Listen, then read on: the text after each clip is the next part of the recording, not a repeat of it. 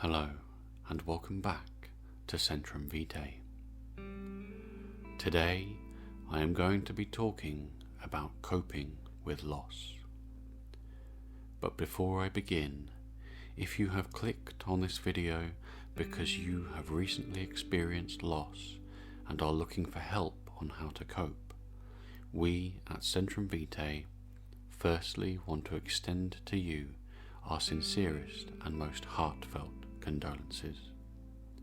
Life is a beautiful, mystical ride with its ups and downs, and experiencing grief is a part of that journey, especially for people like you that have a life full of meaning and consequence. Tolstoy said it best when he wrote that only people who are capable of loving so strongly can also suffer so great a sorrow. So you see, the grief you feel is a testament to the strength of your bonds, the depth of your character, and the firmness of your spirit. Rest assured that you have come to the right place to heal. So with that in mind, please make sure that you are sat back or lying down, you are completely relaxed and ready for my voice to wash through your mind and penetrate your spirit.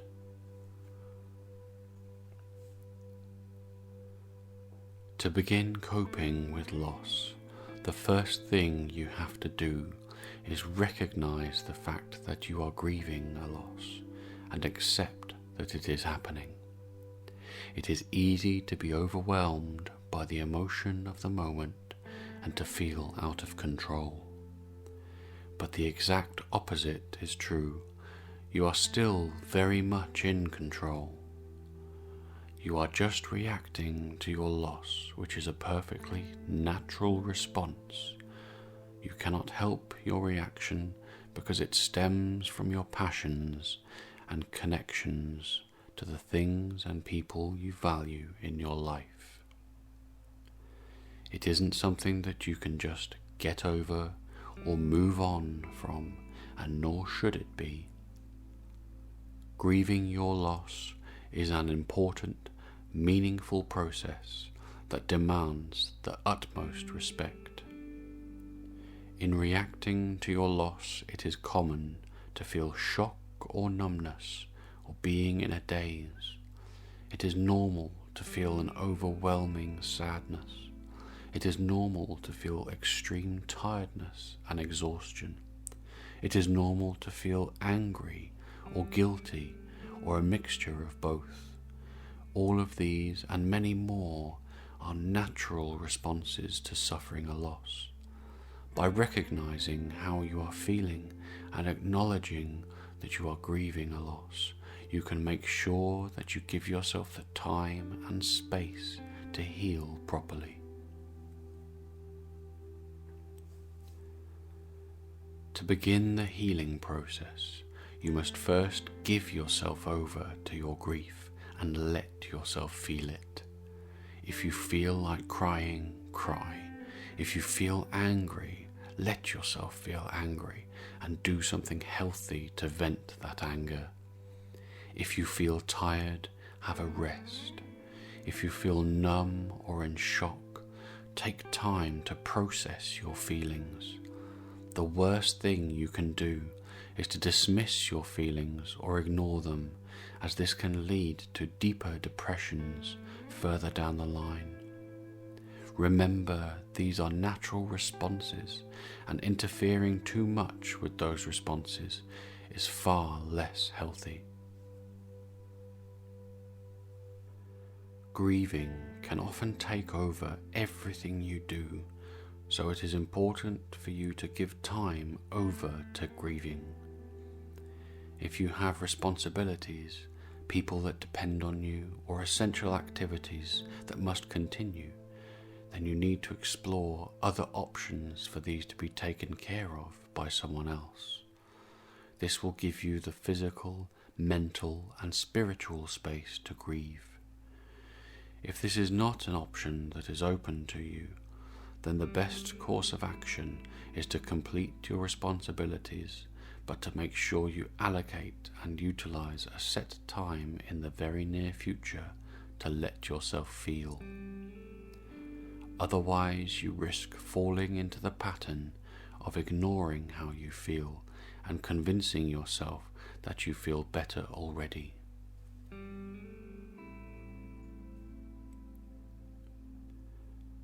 When it comes to that time, give yourself to your feelings completely. Let the emotion pour out of you and unburden your spirit. Also, take time to actively remember who you have lost. Remember the good times and the bad times, as many of both as you can.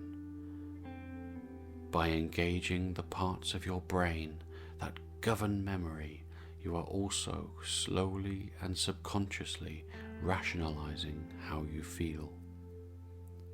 The upset you feel will begin to mellow, as not only can you feel the warmth of the good times that were had, but you can also view your feelings from a more rational standpoint.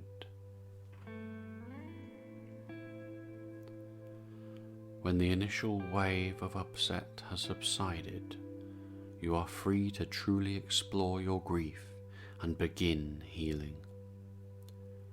Before you go on to this, take a short break to slow your breathing and center yourself. Start by taking a few deep breaths. Fill your lungs with air. Breathe in and release. When releasing, focus on that tension in your chest, leaving your body. Deep breath in and release. With that release, a little more of your inner tension dissipates. Deep breath in and release. One more deep breath in and release. Now return your breathing to a more regular state that you are used to. Make sure your eyes are shut, and I'm going to slowly count backwards from 10, and with each passing number, more and more of that tension is going to leave your body, and you are going to feel more at peace. 10, 9,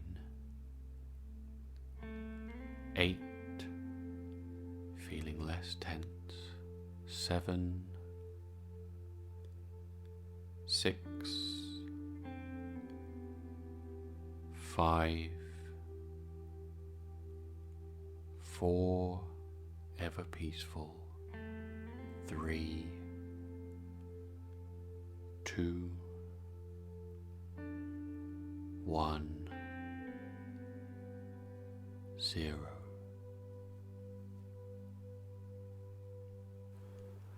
So let us recap quickly. There are natural, physical, mental, and emotional responses to experiencing loss. It is easy for grief of loss to overwhelm you. You have to let yourself feel it and give yourself over to it, allowing it to overwhelm you in a controlled way. Only once you have given time to your grieving can you change your focus onto healing when you feel ready.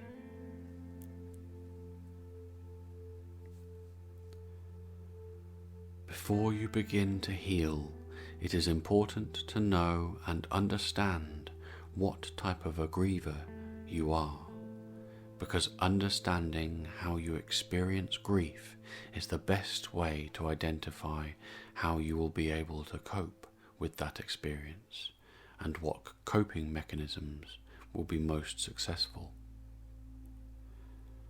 How everyone experiences grief can be placed somewhere on a scale between two extremes. The first extreme on the one side is intuitive grief.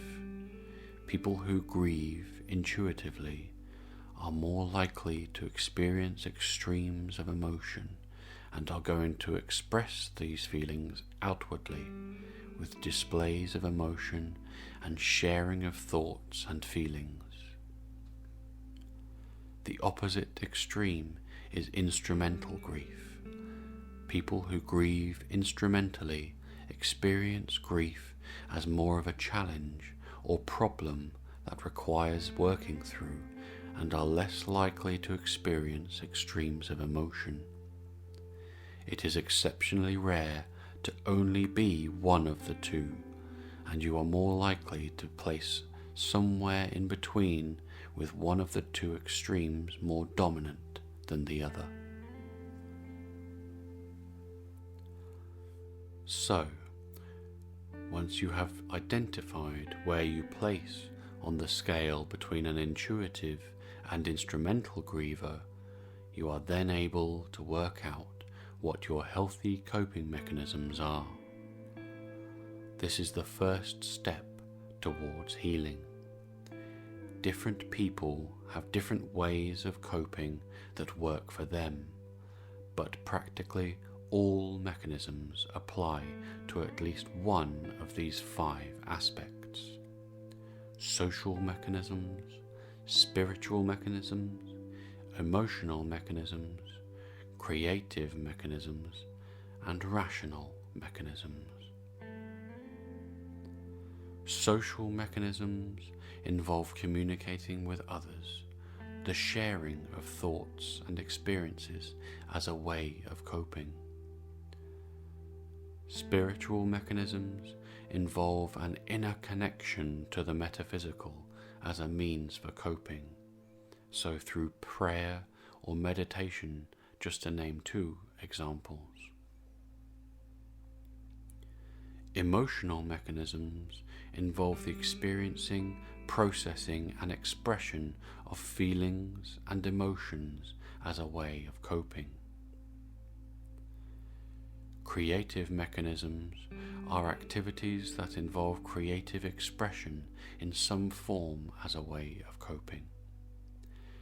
This doesn't necessarily mean creating something. Just listening to some emotive music can be a creative mechanism. And finally, rational mechanisms involve logic and understanding and are normally task-orientated. So it is easy to see that with these 5 types of coping mechanisms, how each activity can overlap and cover more than one of these types. For example, making a collage of pictures can be both a rational mechanism and a creative one. Sorting through old belongings with family can be a rational or emotional mechanism as well as a social one. Typically, if you are more of an intuitive griever, you will find that the social and the emotional coping mechanisms will work better for you. Conversely, if you are more of an instrumental griever, you will find that creative and rational mechanisms work better. Anyone on either end of the scale of intuitive to instrumental can benefit from spiritual coping mechanisms.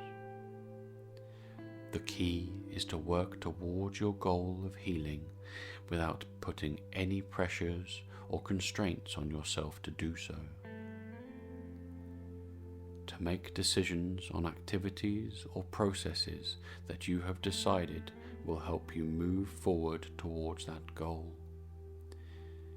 If you are struggling to find those activities, then reflect and introspect and ask yourself the questions: is there anyone I can talk to or communicate with that will help me? Is there anything I can do to allow me to feel my emotions more? Is there anything creative I can do that will help?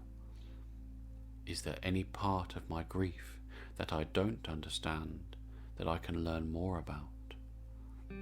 The answers to these questions will help inform you of what activities and coping mechanisms you can do to begin to heal.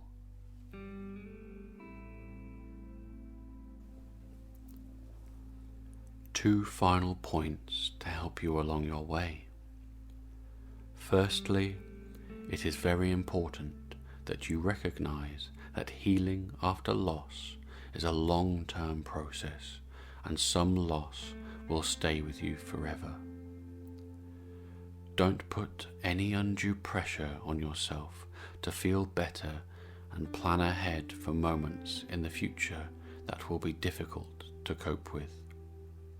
Christmas, anniversaries, and birthdays are prime examples, but grief can come from out of nowhere and knock you sideways. So knowing your coping mechanisms and being able to recognize when you need to exercise them is invaluable.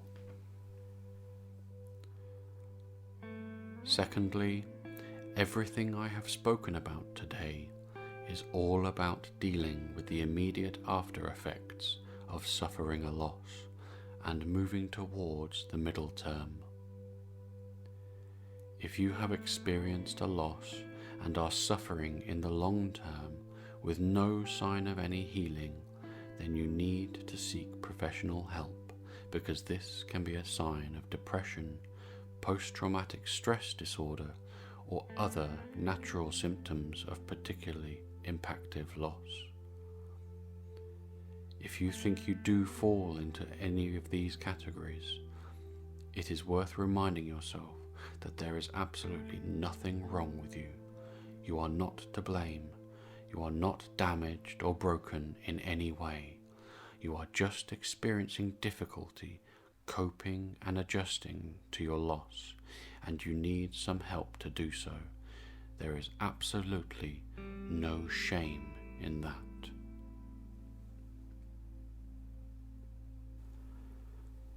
I genuinely hope that you have found this helpful. After going through your coping mechanisms, once you feel ready, focus on making yourself feel better. Treat yourself as you would a good friend, and give yourself a gift that you know you will enjoy. Watch things and do things that you know will make you feel better, because in the words of Anne Royf, grief is made of two parts. The first is loss, the second is the remaking of life.